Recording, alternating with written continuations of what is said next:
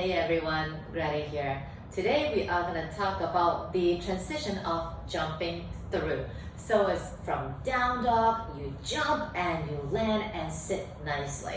So this is a very common transition in a vinyasa practice, and of course is in the Ashtanga method as well.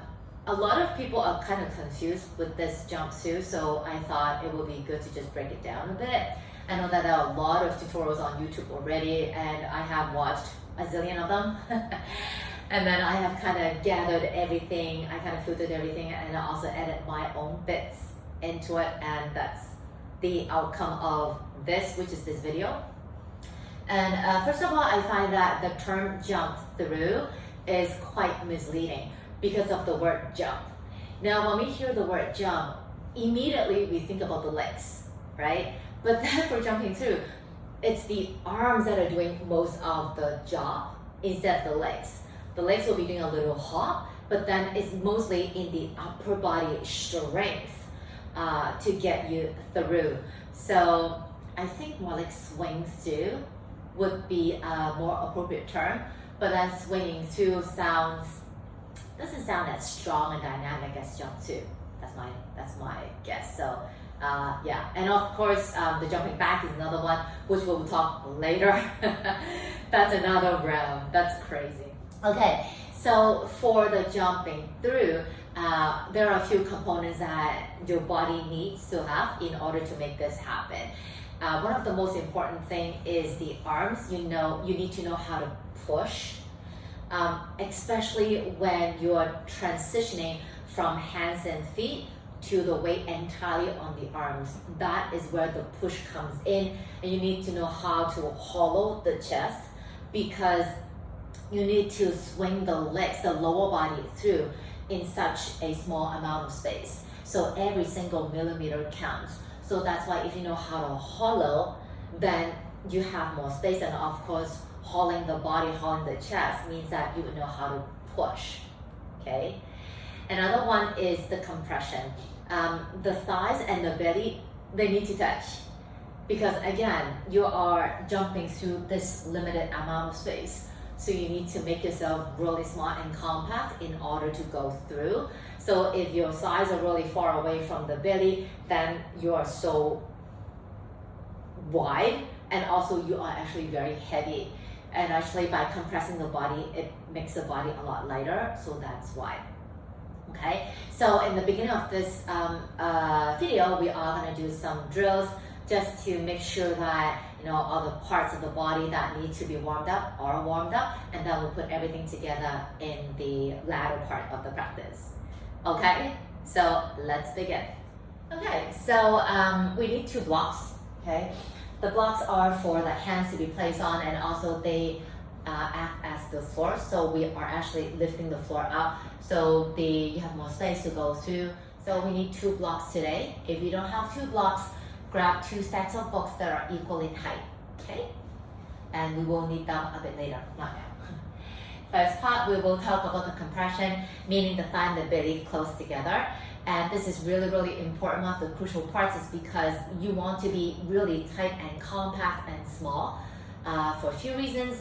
By being really compact and tight, you are actually lighter, and also you only have this much of space to jump to. So if your legs are really far away from the body, you are just gonna crash. So that's why when a lot of people jump through, they would have the toes scraping the mat or the heels, whatever. So that is the reason why. Okay? So what we want to do is we want to come into a tight little package and just hug everything in. Okay, using the arms to hug the legs really, really close to the body. And then when you feel ready, just lean back a bit so your feet are no longer touching the floor. Okay, so just see, without using your neck and the top shoulder, your upper traps area, feel the lower abdomen working really hard, hugging in, and the hip flexors as well. And also the back of your thighs engaging, drawing the heels close to the body. Okay, and then once you have everything in place, try to relax on that grip of the arms and eventually away, like they're off, they're no more hugging the legs in, and see how that works. If you're here, then just use the arms to help a little bit more. or maybe just try one leg first and then the other if both legs are a little bit too much for now. Okay, so this is really, really mandatory. Okay, hug it in as close to the body as you can without the help of the arms. Okay, of course you can do other things like, here, like supine crow. Okay, like that, if you want to. This will act as a reference point to how close the knees are to the body. Some people would require more time to really connect with these muscles, while other people would need less time. So if you need more time, just invest more effort into it. Now we are going to talk about the arms. So one thing that I found really helpful is the L sit. When we jump through, again, when we look from the outside, we just see that people jumping through and landing on their butt. So that's why when you do it that way, you actually crash land. Actually, you are not landing on your butt. You are jumping from a down dog and landing in an L sit, and then gradually lowering your body down, sitting. So that is why the arms need to know how to push, and and the entire body needs to keep engaged so that it stays lifted. So what we're gonna do is we are gonna do some L sits, something crazy. Not my favorite, but then it's helpful. All right, so placing the hands beside the hips and they are on blocks. And then you need to hollow the chest, hollow the chest, hollow the belly. And then you are going to push and lift the legs up. Then as you exhale, you come down. So when you see me pushing, you see me pushing the hips back and then up that way, and then I come down. So inhale, back and up, exhale, down.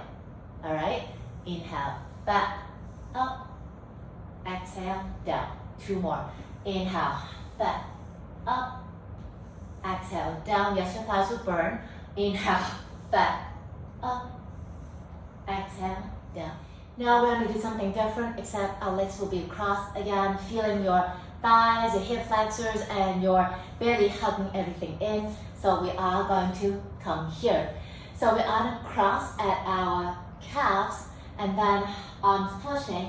And then as you inhale, lift, back, exhale, down. Inhale, lift, back, keeping everything close. Exhale, down.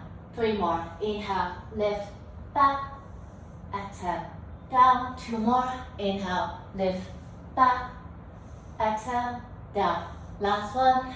Inhale, lift, back, exhale, down. Okay, so you need to let the arms and the shoulders and the upper back and every part of the body get used to holding that shape, because you are going to land in that shape. So now we are going to put everything together in steps. So the first one, we are just going to walk through and sit. But then when we walk through, I'd like you to pay special attention in how the arms are pushing, how you're rounding off the upper back, i.e. hauling the chest, so you can bring the legs through. Okay? So use blocks if you like, or maybe no blocks, and just see how that feels for you. If you're using the blocks, make sure that they are about shoulder width apart, because you're mimicking the movement from down dog to sit, right? Okay, my top is in the way. So what you want to do is from the down dog, you need to feel the arms are pushing you forward as you look forward, and bend the knees. And then keep the thighs and your belly close together. Check the butt, it doesn't want to go up, it wants to come down a little bit. So a posterior pelvic tilt if you're into these turns. And then arms push, bring one leg in, keeping the thigh and your body close together. And then keeping the other leg in as you sit down. Okay, so that again. Go back. Okay, belly hug in, look forward, knees bending. And then bring one leg in, arms push, arms push, arms push. Bring the other leg in, and then sit down. So this way, it looks very simple on the outside, but then on the inside when you're doing it, you're always thinking about that push, trying to create that extra bit of space so that you can bring the legs through. Okay. Number two, so we are going to do that little jump, but then instead of again focusing on that jump, we want to focus on the push. So when we land, we are going to land the feet close to the hands or maybe slightly behind it, but then we always feel that push in the arms and in the shoulders. The direction of the push is a vertical push. So you imagine you want to push the blocks through the floor all the way down to the basement or all the way to the center of the world. Okay, so starting from down dog, you're gonna look forward, knees bending, arms are pushing the floor away, and then hop and down. Okay, so when you land, you still want to feel the arms are pushing the floor away. Okay, and then try to keep the engagement in the thighs and your belly. Okay, so this requires a little bit more effort, a little bit more strength, and it's gonna tire you out quite easily. So take it easy on that. Third one, so we are gonna go all the way through. Now for this one, again, you need to rethink about the whole situation. It's always the arms are pushing the floor away. You want to hollow the chest just to create that extra bit of space. When we go through, the arms are strong. It keeps pushing, it doesn't bend, or the arms don't bend. You don't want to sink the butt down. You want to land on an L sit. And look forward, knees bending, arms push, push, push. Imagine your thighs and the belly are glued together. Hop and land. Remember to look forward, never look directly down at the floor, because if you look directly down at the floor, you're just gonna crash. Okay, do a few of these, and after a while, after you get used to it, you can maybe try with no blocks. But then without the blocks, you need to push even more because you don't have the floor elevated to help you.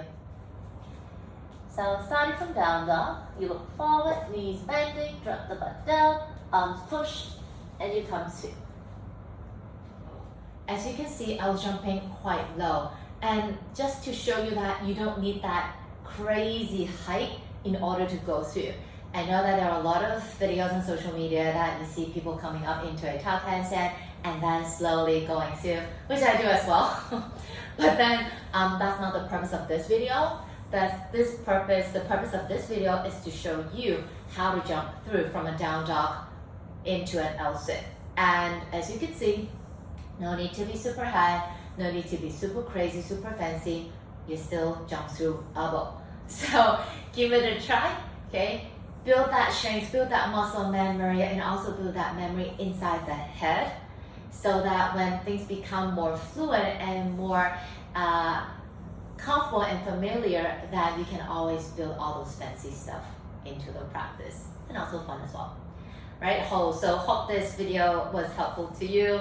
Like it, comment, and share it with your friends. I'll see you again soon. Take care.